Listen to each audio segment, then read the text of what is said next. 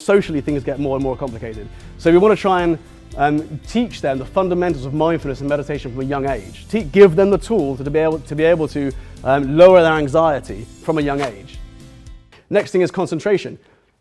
Mindfulness meditation, 1 minute of meditating every single morning, and what you guys will find is that over time this starts to progress. They start to use it more and more and more.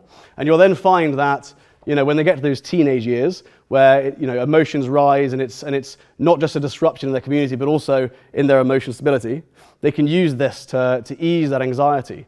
What's really difficult is just at the time where their emotions and their hormones are changing.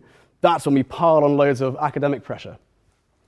At the perfect time, right? So they're having to battle all these different things. And then socially, things get more and more complicated. So we want to try and teach them the fundamentals of mindfulness and meditation from a young age. Give them the tools to be able to lower their anxiety from a young age.